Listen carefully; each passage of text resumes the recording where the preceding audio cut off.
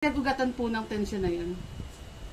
Actually, nagulat lang din kasi kami lahat dahil yung session na yon, nag-switch o nagpalit ng committee si Konsehal Uno Lim at si Konsehal Philip Lacuna. Si Konsehal Philip Lacuna po kasi yung dating appropriation natin, chairman. Tapos international relations si Konsehal Uno Lim, which is pinagpalit nila nung session na yon. Kaya kami po ay nagulat after nung ilang agenda biglang nagsalang sila ng budget na 25 billion, which is naging aware lang din naman kami sa ganung mga pangyayari dahil nabigla talaga kami, nagpalit ng committee chairman tapos biglang magsasalang ng 25 billion. Hindi po namin hinaharang yung para sa mamamayan, yung budget na para sa Maynila, kundi gusto lang po namin makita yung allocation ng appropriation ng budget sa mga departamento ng ating lungsod. Ano po ba yung balita na hindi niyo po alam na may mangyayaring ganong deliberation ng budget? Wala po talaga kaming alam. Unang-una, kung nagka-committee hearing man sila na katulad ng sinasabi nila, hindi rin naman po kami ini-inform dahil floating na ang tawag nila sa amin. Hindi kami minority at hindi rin kami majority. Ngayon po yung isa sa mahirap na sitwasyon namin at tapos bigla nila kami sasalangan ng 25 billion. At hindi po biro yung ganong halaga at ang pinag-uusapan po dito yung proseso at paggagamitan ng 25 billion. Kaya yun po yung nais namin linawin nun at kami po ay isa sa magpoprotekta ng tax na binabayad sa lungsod ng Maynila na ang tangi po naming inahangad doon gamitin ng tama. Wala naman po kaming ibang iniisip sa kanila. Ang nais lang namin iproseso nila. Yun po bang session na yun, iba yung pinag-uusapan nyo, biglang ipinasok na lang yung issue na yun? Wala nang agenda kaya sinuspend nila yung rules tapos pinasok nila yung budget. Kaya nalilito rin ako. Lagi nga nila sinasabi, matatagal na sila at nire-respeto namin yun with all due respect sa kanilang legislative procedures. Hindi naman nababago ang internal rules at mga Republic Acts. Kaya siguro hindi naman lagi dapat idiin na matagal na sila. Diba?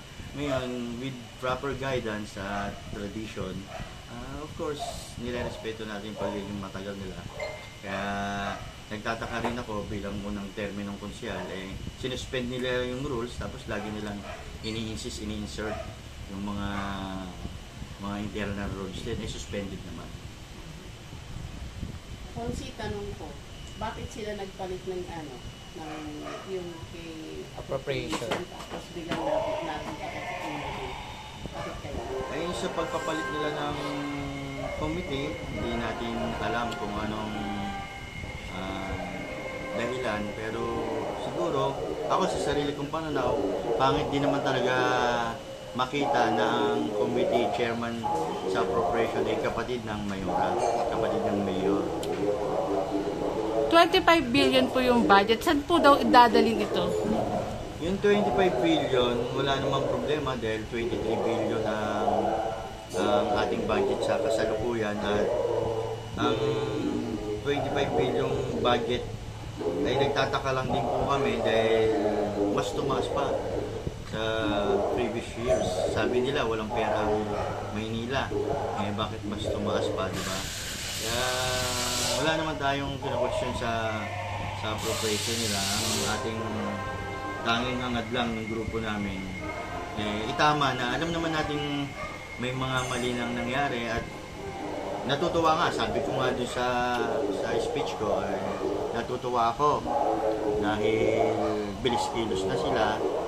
Natutuwa ako, iniisip nila yung kapakanan ng mamamayan at taong bayan kaya minamadali nila yung budget.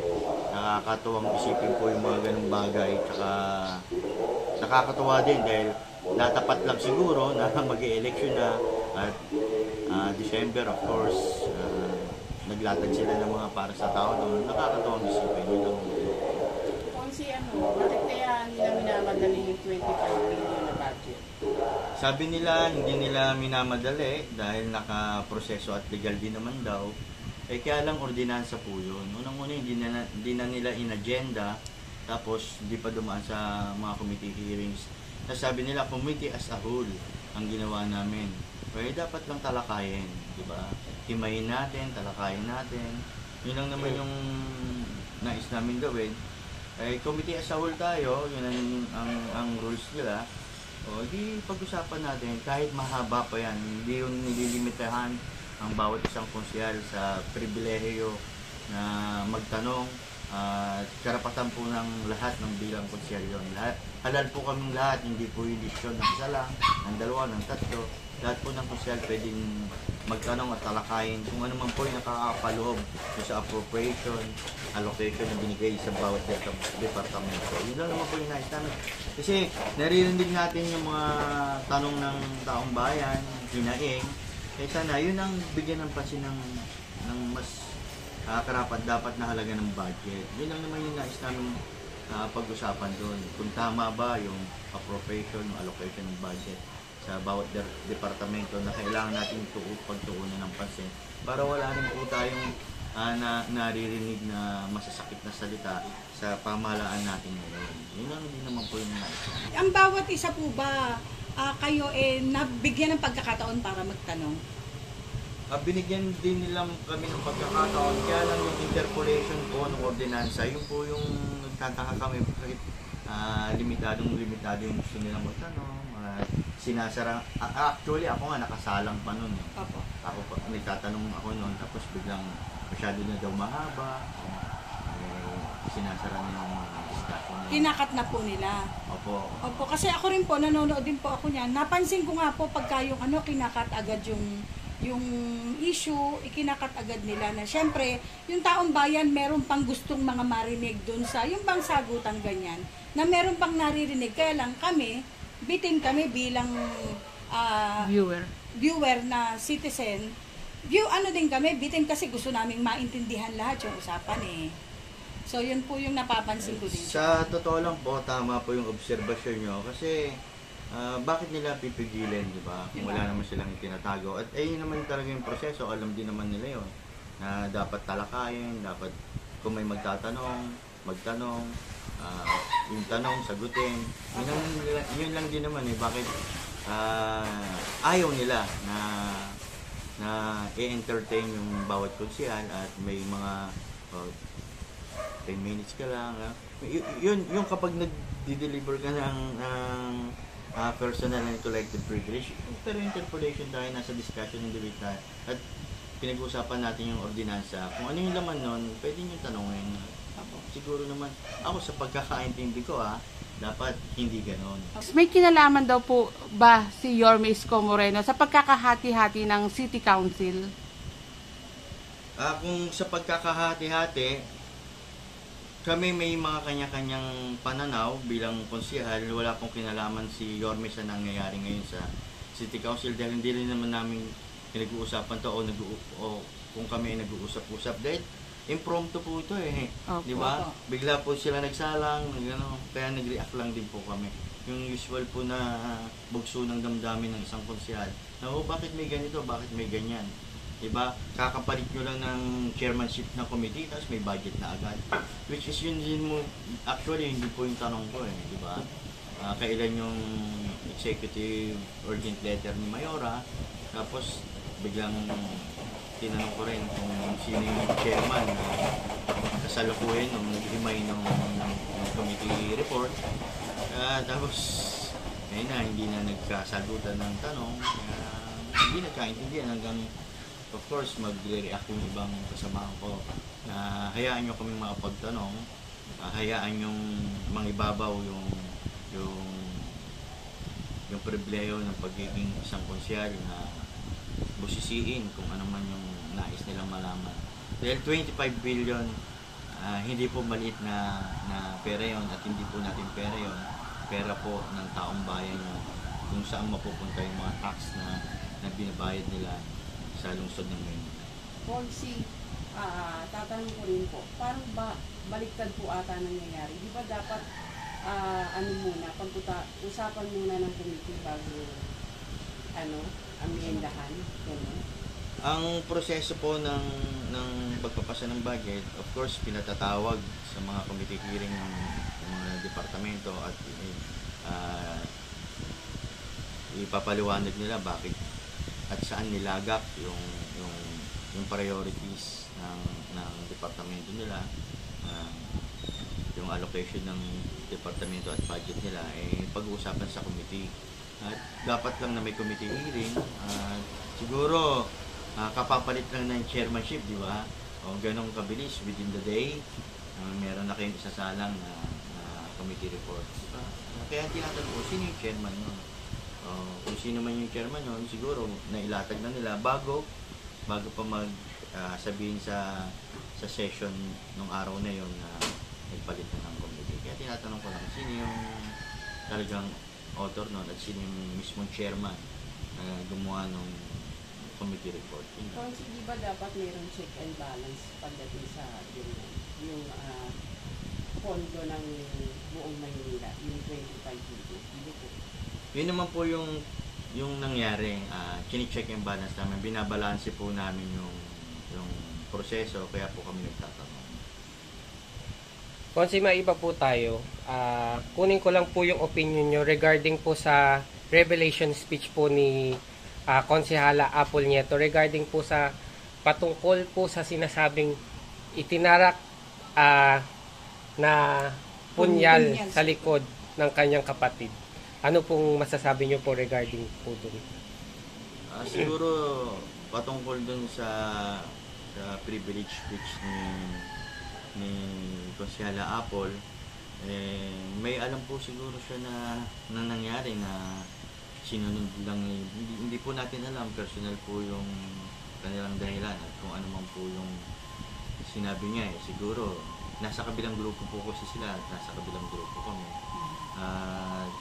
Malalim po siguro yung dahilan dahil para isang kapatid ng vice mayor na nasa kabilang grupo pumunta sa kabilang grupo, malalim po yung dahilan at yun po siguro yung dahilan ng pagkakasabi ng may tinarak sa likod ng vice mayor. Kaya siya lumipat.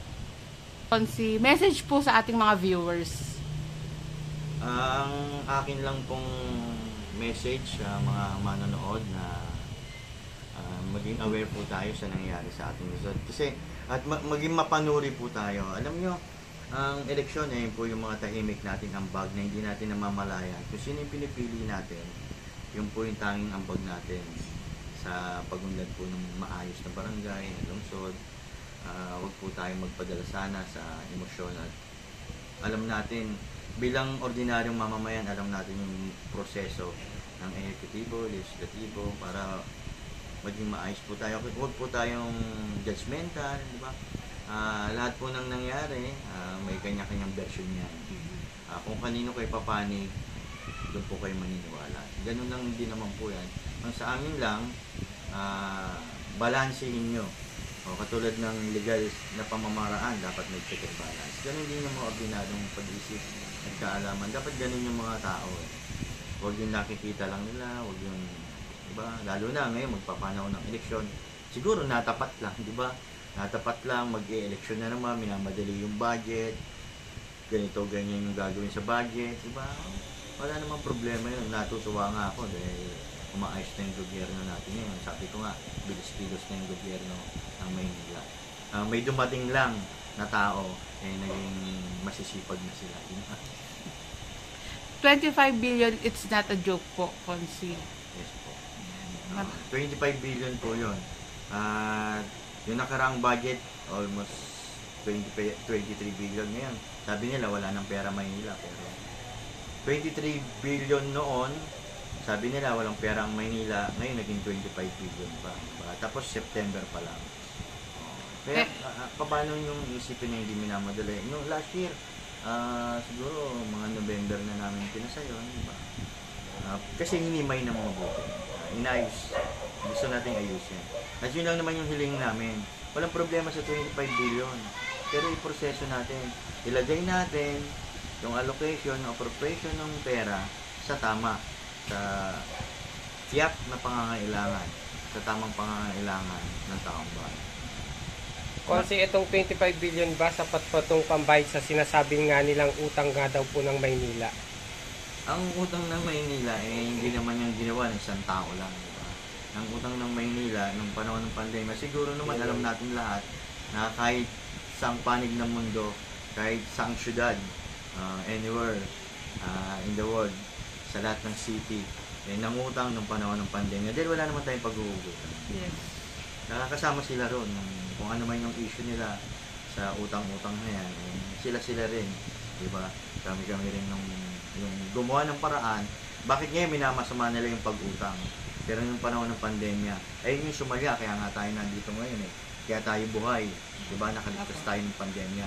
Nakaligtas tayo ng pandemya dahil sa utang na sinasabi nila, dahil sa pamamaraan na ginawa at diskarte ni Yorme Isko Moreno.